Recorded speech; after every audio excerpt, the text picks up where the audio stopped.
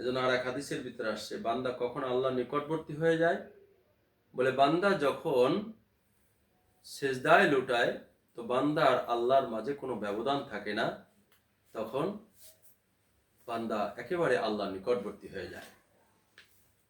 এজন্য আর এক হাদিসের ভিতরে আসছে, তুমি এমন ভাবে নামাজ পড়ো যেন তুমি আল্লাহকে দেখতেছো। তুমি যদি আল্লাহকে নাও দেখো, তা তুমি অন্তত এই ধারণা করো যে আল্লাহ তোমাকে দেখতেছে। কি বলেন ভাই? ঠিক। আমাদের চোখ আর আল্লাহ পাকের দেখা কি এক? না। বলে আমরা তো সামনে দেখি, আর আল্লাহ তাআলা সামনে দেখে, পিছনে দেখে, উপরে দেখে, নিচে দেখে, এমন কি চতুর্দিকে দেখে। এমন কি আটলান্টিক মহাসমুদ্রের নিচে কালো পাথরের ভিতরে যদি একটা কোনো পোকাও হাঁটে, তার হাঁটার আওয়াজও শোনে, এবং যদি সে আহ বলে ওইটাও শোনে। তো আল্লাহ তাআলার দেখা আর আল্লাহ পাকের শোনা হল এইভাবে। ঠিক। এই জন্য আমাদের দেখা আর আল্লাহর দেখা কখনো সমান না। আমাদের চরমনার মরহুম পীর সাহেব এই হাদিসের ফজলুল করিম রহমতুল্লাহ আলাইহি রহমতুল্লাহ আলাইহি এই হাদিসের ব্যাখ্যা একটা কথা বলছিল অনেক চমৎকার, যে ভাই একজন অন্ধ ব্যক্তিকে জজের সামনে দাঁড়া করানো হয়েছে। তো এখন অন্ধ খুব জড়সড় হয়ে দাঁড়াইছে। তো বলে যে ভাই তুমি অন্ধ, তুমি জজের সামনে এত জড়সড় হয়ে কেন দাঁড়াইলা? তো বলে দেখো না ভাই, আমি জজের সামনে দাঁড়াইছি। তো বলতেছে যে জজের সামনে দাঁড়াইছেন, জজ তো, আপনি তো জজ তো দেখেন না। ভাই এই শ্রোতা ভাই, আমার দিক তাকায় কথা শোনেন ইনশাল্লাহ, হ্যাঁ, আপনি তো আর জজকে দেখেন না। তো বলে যে ভাই যদি আমি জজকে দেখি না, কিন্তু বলে ফেলবো, যদিও আমি জজকে আমি দেখি না, আমি অন্ধ, কিন্তু জজ তো আর অন্ধ না, জজ তো ঠিকই আমাকে দেখতেছে। ঠিক। তো ভাই আমি আল্লাহকে দেখি না, তা আল্লাহ তাআলা ঠিকই আমাকে দেখেন। দেখতেছে। এই জন্য ভাই আমরা এইভাবে নামাজ পড়বো। নামাজের ভিতরে আমাদের রুকু সিজদা সবগুলি আমরা ঠিক রাখবো। দুঃখের সাথে বলতে হয়, আল্লাহ রসুল বলেন যে সবচেয়ে বড় চোর ওই ব্যক্তি, বলে যে ব্যক্তি নামাজের ভিতরে চুরি করে। সাহাবা একরাম বললেন, ইয়া রাসূলুল্লাহ, নামাজের ভিতরে কিভাবে মানুষ চুরি করে? তা আল্লাহ রসুল বললেন যে যারা রুকু সিজদা সঠিকভাবে আদায় করে না। ভাই মাসলা বয়ান করার অধিকার আমার নাই, তারপর একটা সাদাসিধা কথা ওলামা হযরতদের জবান থেকে শুনেছি যে দুই সিজদার মাঝখানে সোজা হয়ে বসা হলো ওয়াজিব, রুকুর থেকে দাঁড়ানো, সোজা হয়ে দাঁড়ানো ওয়াজিব। কিন্তু কোনো ব্যক্তি যদি দুই সিজদার মাঝখানে সোজা হয়ে না বসে, রুকু থেকে সোজা হয়ে না দাঁড়ায়, তাহলে তার ওয়াজিব তরক হয়ে গেল। এই কারণে যদি সে সহজ সিজদা না দেয়, তার নামাজ হবে না। এই জন্য ভাই এটা তো এলেমের মাসলা ভাই, কি বলেন ভাই? ঠিক। যে এলেম যদি আমার না থাকে, তাহলে আমি আমল করবো কেমনে? দেখেন একটা চমৎকার হাদিস আপনাদের শোনাই। হাদিস শরীফের ভিতরে আসছে, হাদিসটা আসছে বড়দের ত্যাগ ও কোরবানি বইয়ের ভিতরে হাদিসটা আসছে। ওইখানে আসছে যে নামাজ, রোজা, হজ, জাকাতের চাইতেও আল্লাহ পাকের কাছে ইলমের দাম বেশি। আর এক হাদিসের ভিতরে আসছে মানুষ এমন কিছু গুনাহ করে যা নামাজ, রোজা, হজ, জাকাতের দ্বারা ওই সমস্ত গুনাহ মাফ হয় না, কিন্তু যখন ইলম চর্চা করতে থাকে, আল্লাহ তাআলা মানুষের ওই সমস্ত গুনাহও মাফ করে দেয়। এজন্য সবাই বলেন সুবহানাল্লাহ। সুবহানাল্লাহ। তো এজন্য ইলমের দাম অনেক বেশি। বলে যে কেমন দাম বেশি? বলে অ্যাটেম বোমের চাইতেও পাওয়ারফুল হল ইলম। এজন্য হাদিস শরীফের ভিতরে আসছে, ক্বালা রাসূলুল্লাহ সাল্লাল্লাহু আলাইহি সাল্লাম, তালাবুল ইলমি ফারিদাতুন আলা কুল্লি মুসলিম। প্রত্যেকটা নারী এবং পুরুষের জন্য দ্বীনি জ্ঞান অর্জন করা ফরজে আইন করা হয়েছে। এজন্য ভাই যার এলেম যত বেশি, তার তাকওয়া তত বেশি। এজন্য আল্লাহ পাক বলেন, ইন্নামা ইয়াখশাল্লাহ মিন ইবাদিহিল উলামা, নিশ্চয়ই উলামা একরামই আমাকে বেশি ভয় পায়। কেন ভাই? বলে তারা জানে যে কোন কাজ করলে আল্লাহ খুশি, কোন কাজ করলে আল্লাহ পাক বেজার। আর যদি তাদের দ্বারা কোনো গুনাহ হয়েও যায়, তারা বুঝতে পারে যেটা আল্লাহ পাকের নারাজির কারণ হয়েছে, তো সাথে সাথে তওবা আর ইস্তেগফার করে নেয়।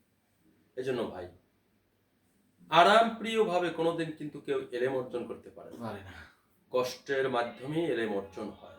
আমি আপনাদের একটা মেসেজ দিই, আপনারা নিশ্চয়ই অনেকেই শুনছেন বা জানেন, আমি জানি আপনারা যারা শ্রোতা আছেন আমার চাইতে অনেক বিচক্ষণ ব্যক্তি। আমাদের একজন ইমাম আছে, ইমাম আহমদ ইবনে হাম্বল রহমতুল্লাহ আলাইহি।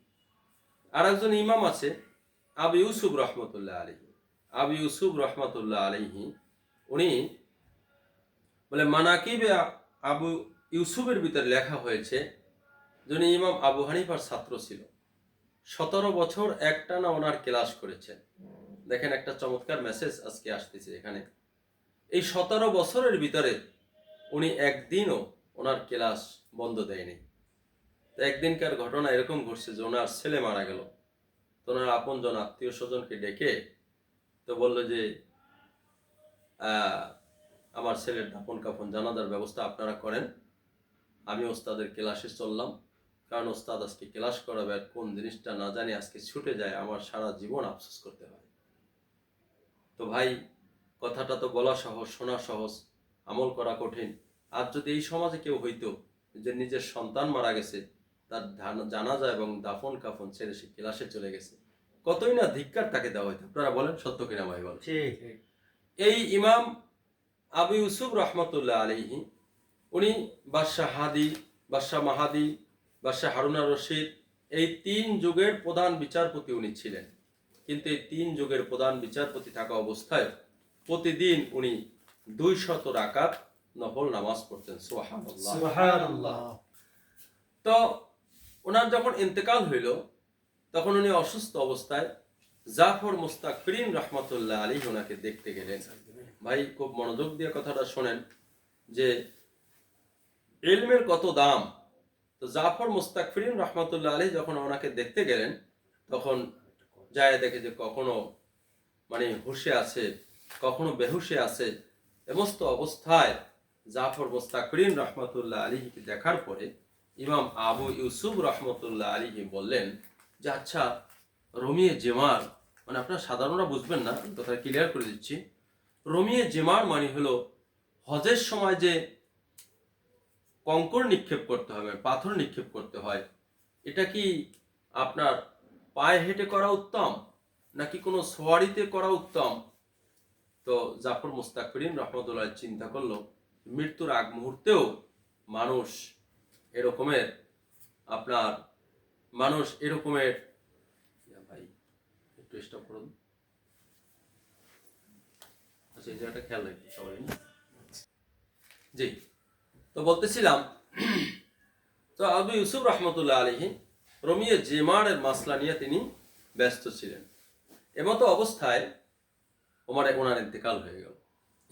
কিছুদিন পরে এক বুজুর্গ স্বপ্ন দেখার পরে জিজ্ঞেস করলো আবু ইউসুফ রহমতুল্লাহ আলাইহিকে যে হযরত আপনি মৃত্যুকে কেমন পাইলেন? তো বললো যে ভাই আমি তো তখন রমিয়ে জেমারের মাসলা নিয়ে ব্যস্ত ছিলাম, এমতো অবস্থায় মৃত্যু হয়ে গেছে, আমি কিছুই টের পাইনি।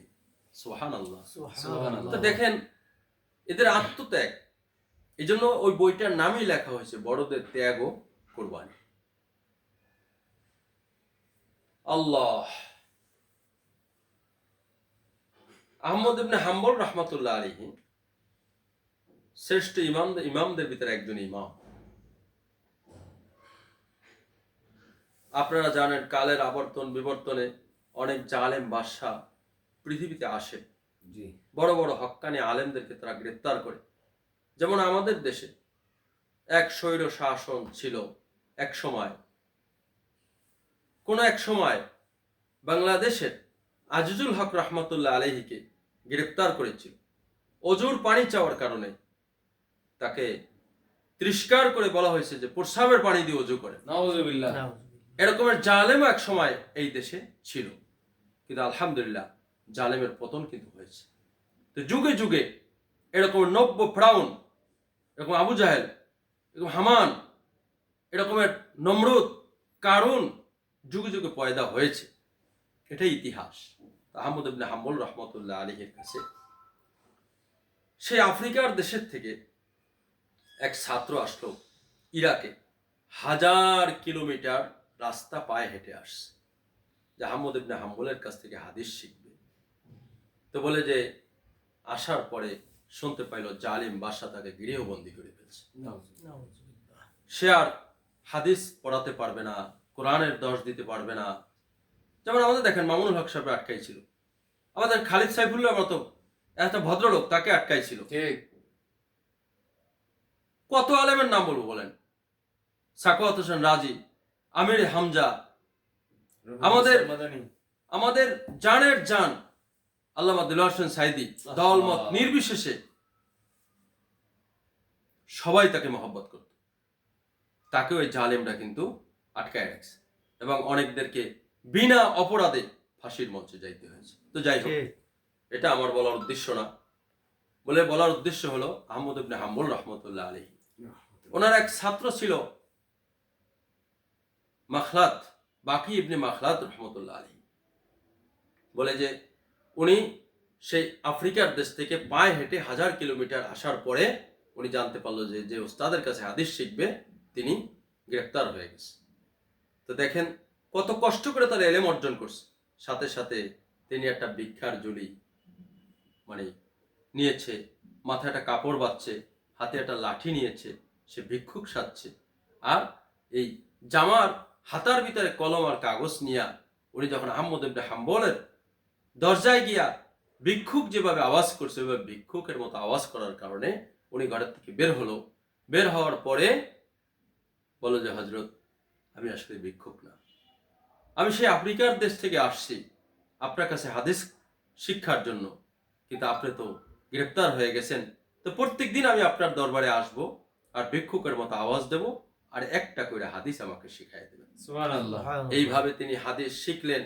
দীর্ঘ 13 বছর পরে যখন রাষ্ট্রপ্রধান পরিবর্তন হয়ে গেল, দিনদার যখন রাষ্ট্রপতি এসে গেলেন, রাষ্ট্রের প্রধান হইলেন, আহমদ ইবনে হাম্বলকে যখন মুক্ত করে দিলেন, আহমদ ইবনে হাম্বল যখন হাজার হাজার লক্ষ লক্ষ ছাত্রদেরকে নিয়ে হাদিসের দর্শ দিতেছে, ওই বাকি ইবনে মাখলাত রহমাতুল্লাহ আলাইহি যিনি ভিক্ষুক বেশে হাদিস শিখত, অনেক দূর থেকে আহমদ ইবনে হাম্বল লক্ষ্য করলো যে আমার সেই চেনা চেনা লাগে ছাত্রটাকে, বলে ঠিকই চিনে ফেলছে, এত কষ্ট করে তারা এলেম অর্জন করছে, তার জন্য রাস্তা বের করে দিছে, সামনে চলে আসছে।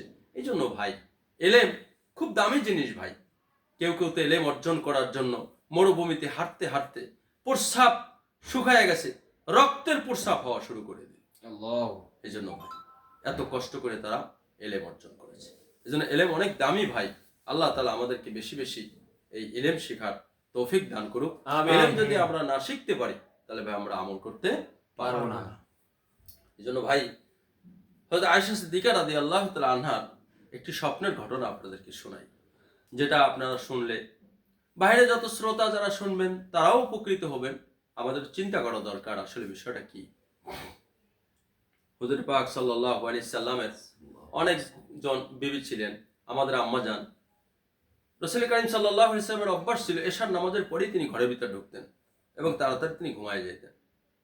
তো একবার আয়েশা সিদ্দিকা রাদিয়াল্লাহু তাআলা আনহা ঘরে যাবার এরকম পালা, আম্মা জান আয়েশা সিদ্দিকা রাদিয়াল্লাহু তাআলা আনহা তিনি তার জন্য খানা তৈরি করে অপেক্ষা করতেছে।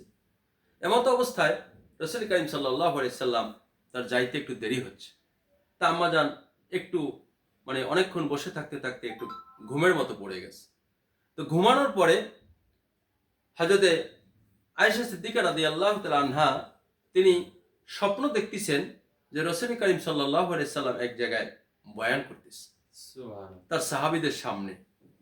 আসমান থেকে মুষলধারে বৃষ্টি হইতেছে, কিন্তু আল্লাহ রসুলের বয়ানের জজবা যখন যত বেড়ে যায় বৃষ্টির মাত্রাও তত বেড়ে যায়। তা আম্মা জান আয়েশা রাদিয়াল্লাহু তাআলা আনহা ঘুম ভাঙার পরে এই অল্প ঘুমের ভিতরে এই স্বপ্ন দেখলেন এবং চিন্তা করলেন যে তাহলে নিশ্চয়ই রাসূল কারীম সাল্লাল্লাহু আলাইহি সাল্লাম হয়তো মসজিদে নববীতে বয়ান করতেছে। তো রসুল যেহেতু ভিজে গেছে দেখলাম, আর স্বপ্নের ভিতরে এটাও দেখলেন যে আল্লাহ রসুল যেখানে বয়ান করতেছে শুধুমাত্র ওইখানেই মেঘ হচ্ছে, গোটা আকাশটা পরিষ্কার, ওইখানেই বৃষ্টি হইতেছে। তো উনি চিন্তা করলো যে আমি শুকনা পোশাক নিয়ে যাই। তা আল্লাহ রসুলের বের হওয়ার জন্য মসজিদের নববীতে আলাদা গেট আছে, আপনারা জানেন নিশ্চয়ই। আয়েশা রাদিয়াল্লাহু তাআলা আনহা ওখানে গিয়া দাঁড়াইলো। দাঁড়ানোর পরে আপনার রাসূল কারীম সাল্লাল্লাহু আলাইহি ওয়াসাল্লাম বের হয়েছে, যাই দেখলে হ্যাঁ ঠিকই বয়ান করতেছে আল্লাহ রসুল সাহাবীদের মাঝে। যখন বের হইলো আল্লাহ রসুল বলল, আয়েশা তুমি এখানে রাতে? বলি ইয়া রাসূলুল্লাহ, স্বপ্নের ঘটনা বললো যে আমি স্বপ্নে দেখলাম সুবহানাল্লাহ। যে আপনি বয়ান করতেছেন আর গোটা আকাশ পরিষ্কার, কিন্তু আপনি যেখানে বয়ান করতে ওইখানে মেঘ এবং বৃষ্টি হইতেছে, বয়ানের জোর যখন বাইরে যাইতেছে, বৃষ্টির মাত্রাও বেড়ে যাইতেছে, তা আমি চিন্তা করলাম আপনার তো শুকনো পোশাক নিয়ে আসি। রাসূল করিম সাল্লাল্লাহু আলাইহি সাল্লাম বললেন, আয়েশা দেখো তুমি আকাশ পুরো পরিষ্কার। বলি ইয়া রাসূলুল্লাহ, হ্যাঁ তা তো দেখতে পাচ্ছি, আমি স্বপ্নও দেখলাম। আল্লাহ রাসূল বলে তুমি আমার গায়ে হাত দিয়ে দেখো যে আমার গায়ে একদম শুকনা। তো আয়েশা রাদিয়াল্লাহু তাআলা হ্যাঁ দেখে যে তার গায়ে কোনো বৃষ্টি নাই। তো এই কথা শোনার পরে আয়েশা রাদিয়াল্লাহু তাআলা আনহা তার মনটা একটু খারাপ করলো, মুখটা একটু মলিন করলো। আল্লাহ রসুল বলেন, ওগো আয়েশা, মুখ মলিন করার কারণ কি? তখন আয়েশা রাদিয়াল্লাহু তাআলা আনহা বললেন, খুব ভাই শিক্ষণীয় স্বপ্ন, ভাই স্বপ্নটা তাবিরটা শোনেন এবার। তো বলে যে মুখ মলিন হলো কেন আয়েশা? বলি ইয়া রাসূলুল্লাহ, আল্লাহ আমাকে একটা নেয়ামত দান করেছিল। আমি এই পর্যন্ত যত স্বপ্ন দেখেছি সব স্বপ্নই সত্য। আল্লাহ মনে হয় আমার এই নেয়ামতকে উঠাই নিয়ে গেছে। আজকের স্বপ্নটা সত্য হলো না, সত্যিই আপনার গায়ে কোনো বৃষ্টির পানি নাই। আল্লাহ নবী সুবহানাল্লাহ আগেই বলেন, সুবহানাল্লাহ সুবহানাল্লাহ। আগেই বলেন। আল্লাহ রসুল বললেন, ও আয়েশা, আল্লাহ তো আমার নেয়ামত উঠাই নেয় নাই, তোমার আজকের স্বপ্ন সত্য, কিন্তু তুমি স্বপ্নের তাবির বুঝতে পারো না।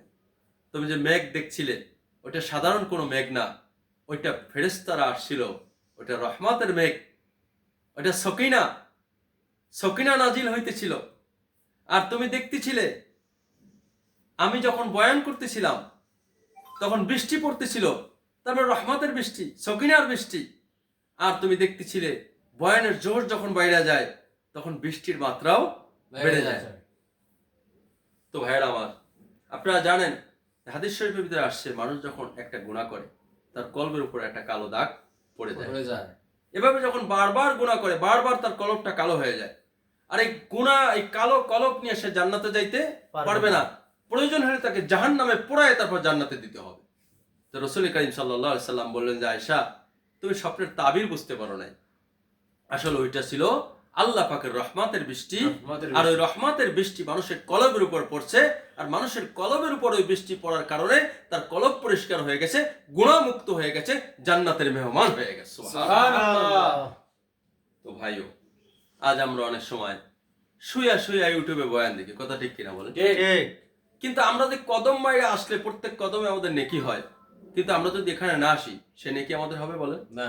এই মজমার সাথে ওয়াদা, এই মজমায় যারা শুরু থেকে শেষ পর্যন্ত বসবে আল্লাহ পাক তাদের গুনাহ মাফ করবে, কিন্তু যারা মজমায় না যায় তাদের কোনোদিন গুনাহ মাফ হবে বলেন? না।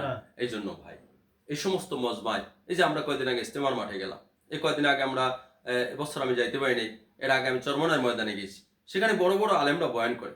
এই রালগানগর মাঝে মাঝে যাই, বিভিন্ন আমাদের এইখানে জামিলুল উলুম মাদ্রাসায় তাফসির হয়, বিভিন্ন ওলামা একরাম যখন এরকম রুহের রোগের চিকিৎসা করে, এরকম বয়ান করতে থাকে, আল্লাহর রহমতের বৃষ্টি দিয়া, মুষলধারে বৃষ্টি দিয়া তার অন্তর পরিষ্কার করে দিয়া তাকে জান্নাতের মেহমান বানায় দেয়।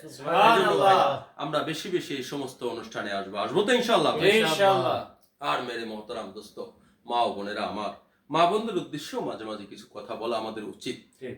কারণ কি, দেখেন এই পৃথিবীতে আল্লাহ তাআলা নারী এবং পুরুষ সৃষ্টি করছে, ঠিক কিনা বলেন? ঠিক। এর ভিতরে মা বোনের সংখ্যা কিন্তু আরো বেশি, বাচ্চা বাচ্চির সংখ্যা কিন্তু আরো বেশি। ইসলামের জন্য দেখেন আল্লাহ মান মর্যাদার ক্ষেত্রে আবু বকর রাদিয়াল্লাহু তাআলা আনহুকে যেন সালাম জানিয়েছেন, আবার ওইভাবে ঠিক খাদিজাতুল কুবরা রাদিয়াল্লাহু তাআলা আনহাকেও কিন্তু সালাম জানিয়েছেন। কি ভাই, কথা ঠিক কিনা বলেন? ঠিক। এজন্য খাদিজাতুল কুবরা রাদিয়াল্লাহু তাআলা আনহা, তিনি এরকম তাকেও আল্লাহ সালাম জানিয়েছে, আবু বকর সিদ্দিক রাদিয়াল্লাহু তাআলা আনহু তাকেও আল্লাহ তাআলা সালাম জানিয়েছে। মেরে মহতরম দোস্ত আজিজ, মা ও বোনেরা আমার, মা বোনদের উদ্দেশ্যে আমি স্পেশালি এই কথা কটা বলছি। আমরা পুরুষটা যেমন আল্লাহর আদালতে জিজ্ঞাসিত হব, আপনাদেরও জিজ্ঞাসিত হইতে হবে।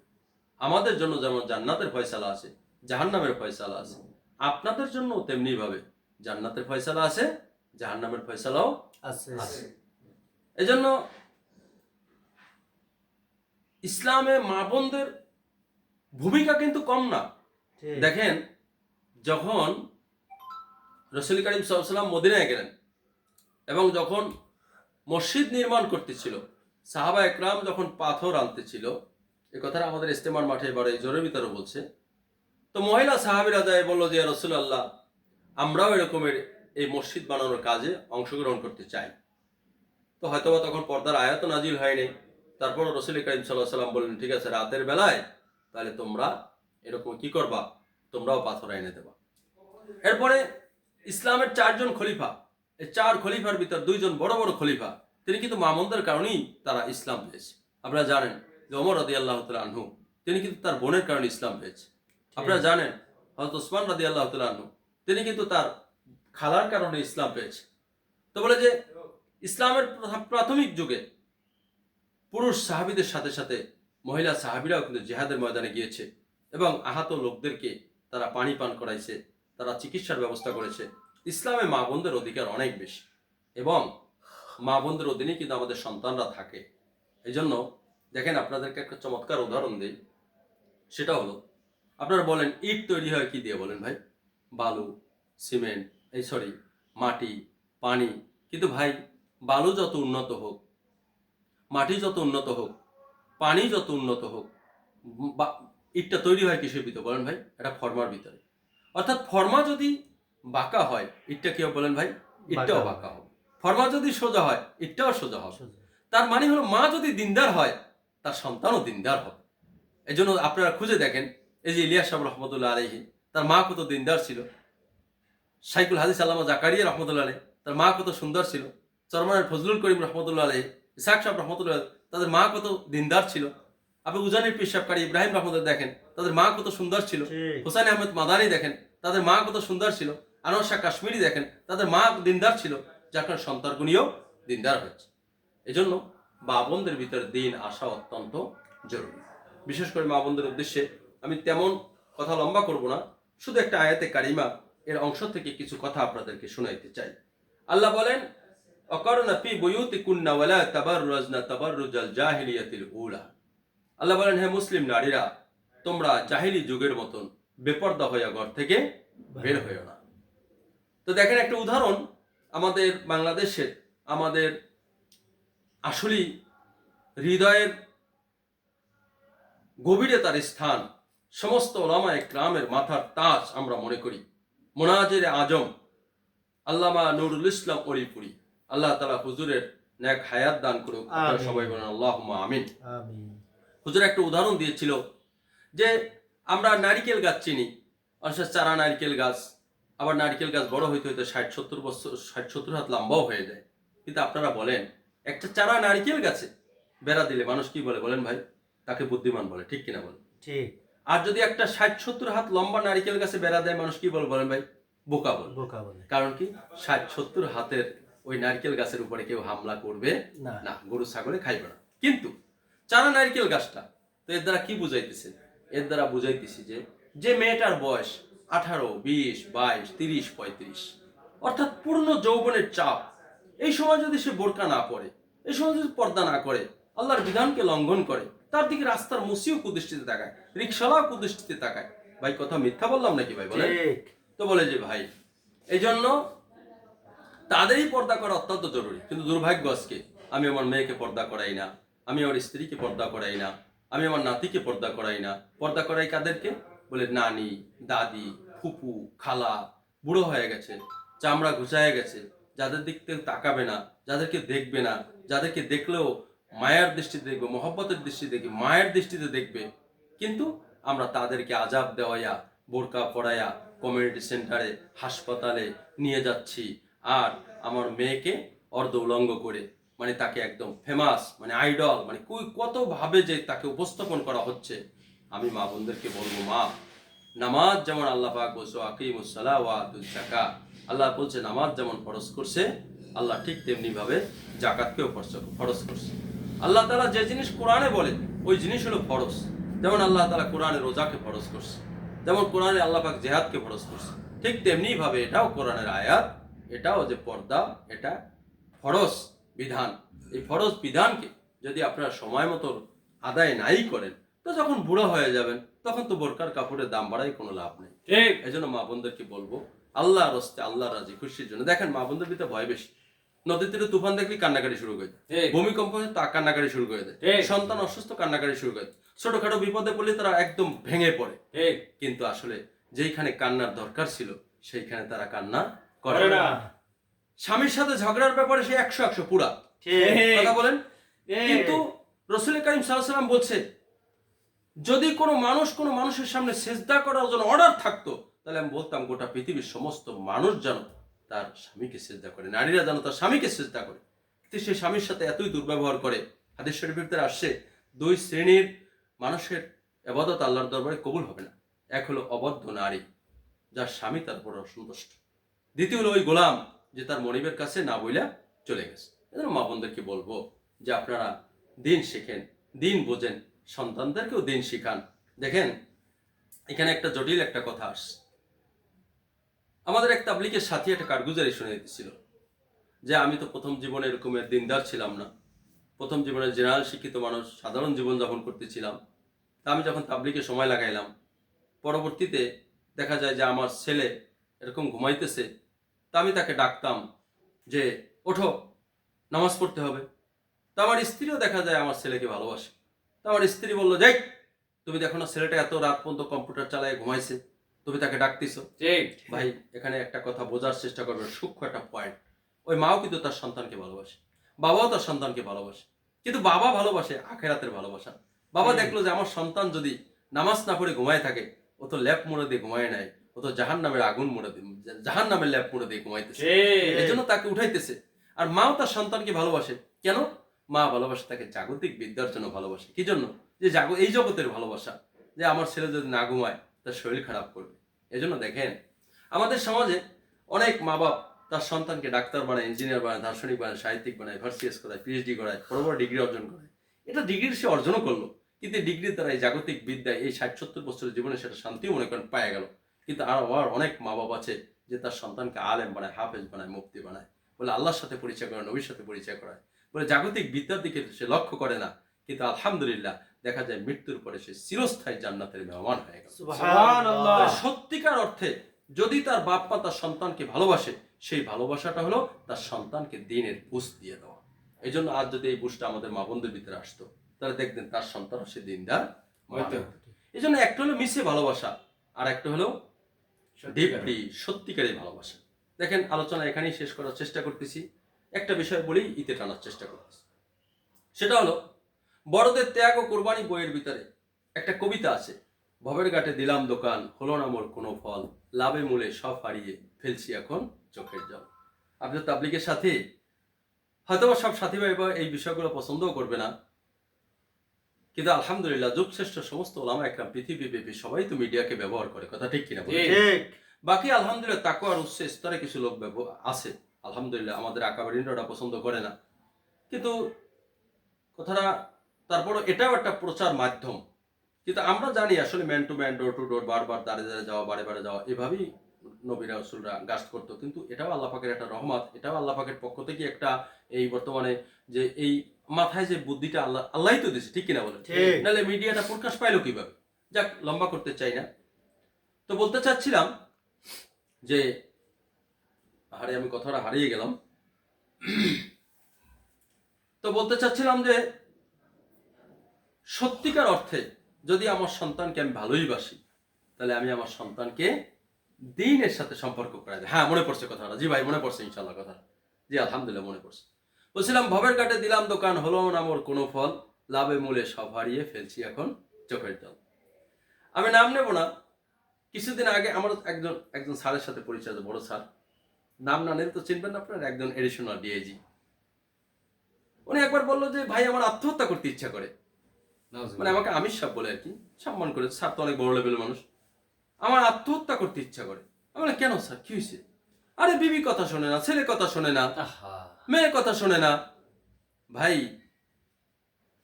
আমার যদি দুই একজন তবলিগের সিনিয়র পার্সনরা ওই কথাটা শোনে, যাদের সাথে এই কথাটা, আমার এই কথা তার দিলের সাথে লেগে যাবে। আমি এখন আরো ক্লিয়ার করতেছি, আবার বলতেছি, কবিতাটা শোনেন। ভবের ঘাটে দিলাম দোকান, হলো না মোর কোনো ফল, লাভে মূলে সব হারিয়ে ফেলছি এখন চোখের জল। তার মানে হলো, অনেকেই ডাক্তার ছিল, ইঞ্জিনিয়ার ছিল, দার্শনিক ছিল, সাহিত্যিক ছিল, পুলিশ অফিসার ছিল, আর্মির অফিসার ছিল। আমাদের তবলিগে কিন্তু অনেক আর্মি অফিসার আছে, তারা কোটি কোটি টাকার মালিক। পুলিশের বড় বড় কর্মকর্তা আছে, কোটি কোটি টাকার মালিক। ঢাকা শহরে অনেক বাড়ির মালিক। কিন্তু ভাই প্রথম জীবনে দিন পায় না, ইসলাম পায় না, দিনের বুঝ পায় না। যার কারণে ছেলে পড়াইছে ভার্সিটিতে, মেয়ে পড়াইছে ভার্সিটিতে, বিদেশে ডিগ্রি অর্জন করাইছে। কথা বলেন, ঠিক। বেপর্দা হয়েছে, জেনা ব্যভিচার হয়েছে। কিন্তু আজকে নিজে তো নামাজ পড়ে, নিজে তো তসবিহ পড়তেছে, নিজে তো ইশরাক পড়তেছে, কিন্তু বিবিও নামাজ পড়ে না, মেয়েও নামাজ পড়ে না, ছেলেও নামাজ পড়ে না, মেয়ে পর্দা করে না, ছেলে দাড়ি রাখে না, ছেলে নামাজ পড়ে না। যে বাবা তবলিগ করে আর তার সন্তান যখন উল্টা পাল্টা চলে, ওই বাবাই তখন বোঝে ভবের ঘাটে দিলাম দোকান, হলো না মোর কোনো ফল, লাভে মূলে সব হারিয়ে ফেলছি এখন চোখের জল। ঠিক। কি ভাই আপনারা কি আমার কথাটা বুঝছেন? জি। বুঝাইতে পারছি কি ভাই কথাটা? জি। তো এই জন্য ভাই হাদিস শরীফের ভিতরে আসছে যে যখন কোনো জানোয়ার